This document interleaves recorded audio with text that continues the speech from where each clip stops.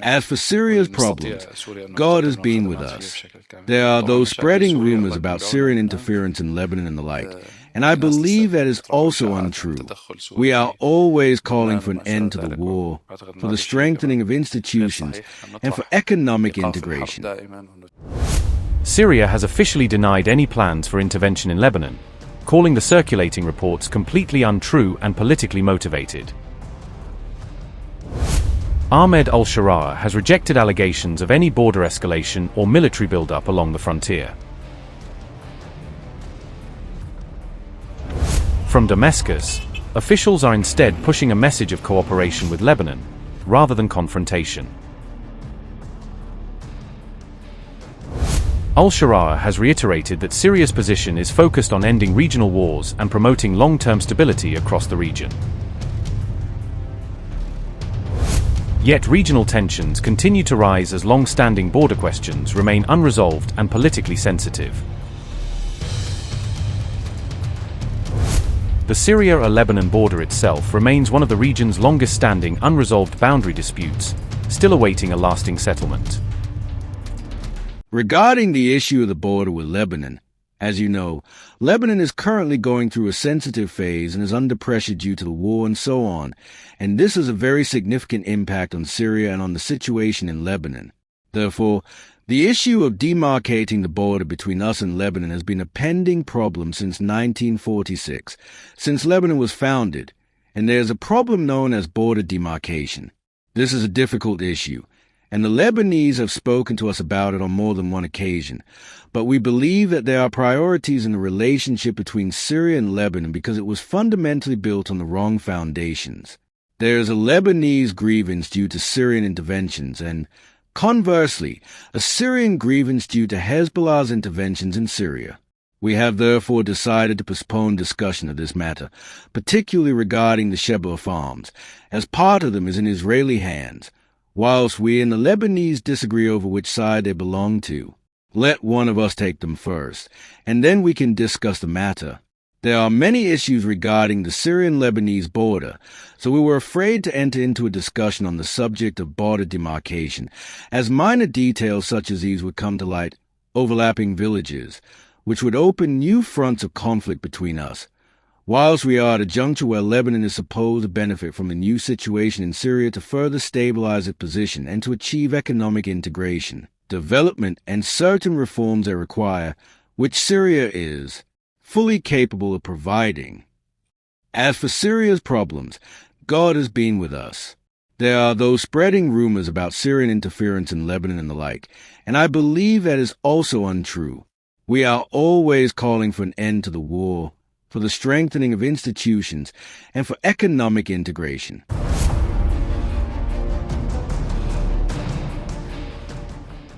As Iran and Donald Trump edge toward a draft deal, hostilities have renewed on the Lebanon front, with fresh cross-border incidents reported along the border area.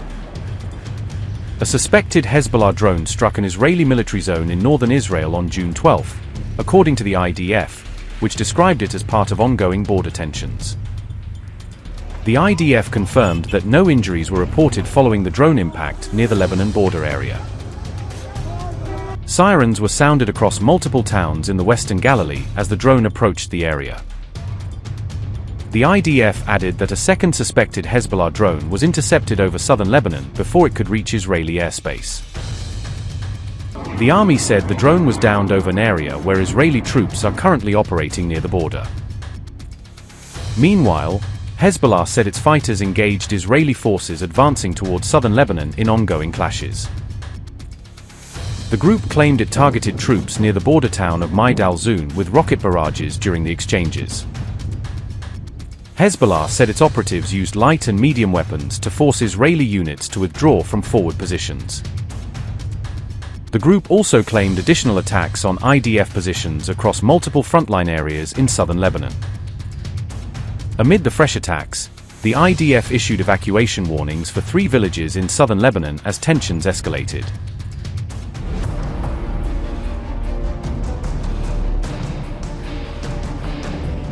Russia has resupplied its Syria base to hang on to a strategic foothold, sending material and logistic support that signal Moscow's intent to maintain a lasting military presence in the eastern Mediterranean. Russia's Syria base appears to have survived the ouster of its erstwhile ally Assad in 2024, with Kremlin forces and infrastructure remaining intact despite the regime change and continuing to anchor Russian influence in the country.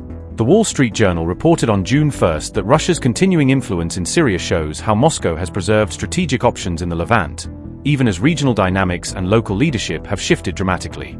Russia sent a cargo ship to resupply an air base as a deliberate signal that the Kremlin intends to stay on, using a visible logistics mission to demonstrate operational continuity and deter questions about its long-term commitment. The cargo ship Sparta left St. Petersburg in March and arrived in Syria's Tartus in May, a voyage that delivered supplies and underscored the logistical linkages Russia is using to sustain its outposts. US officials and satellite images were cited by the Wall Street Journal to verify the Russian mission, with imagery and intelligence sources providing independent confirmation of the resupply activity. Naval ships escorted the Sparta on what Russia described as its first resupply trip since the fall of the Assad regime, a guarded operation that highlights Moscow's determination to protect its sea lines of communication and maintain access to Syrian ports.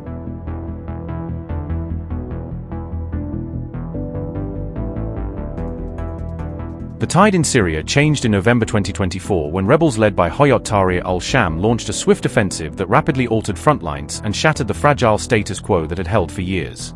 The civil war had been raging since 2011, after Bashar al-Assad's harsh crackdown on Arab Spring protests plunged the country into widespread violence, fragmentation, and prolonged instability.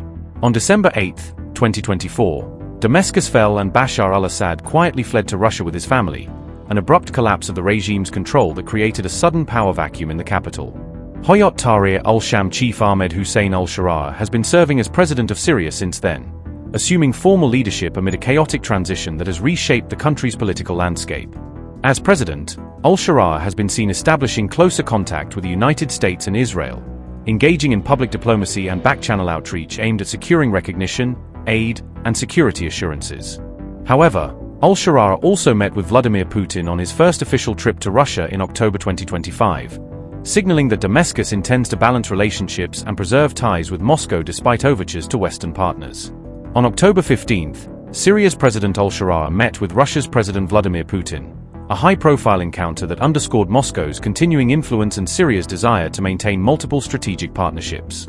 Moscow's 2 military bases in Syria are among its key installations outside of Russia, providing the Kremlin with critical nodes for power projection and regional operations in the eastern Mediterranean. Hymyr Air Base and the Tartus port give Moscow strategic access to the eastern Mediterranean, enabling sustained air, naval, and logistical operations that support Russian presence and influence across the region. Al-Sharaa assured Putin that he would honor past pacts with Russia from the Assad era, promising continuity in agreements that secure Russian basing rights, military cooperation, and reciprocal strategic arrangements. That continuity will help secure Russia's ability to project power and retain access to maritime routes, ensuring Moscow can sustain its operational footprint and protect its interests in the Levant even as Syria's internal order evolves.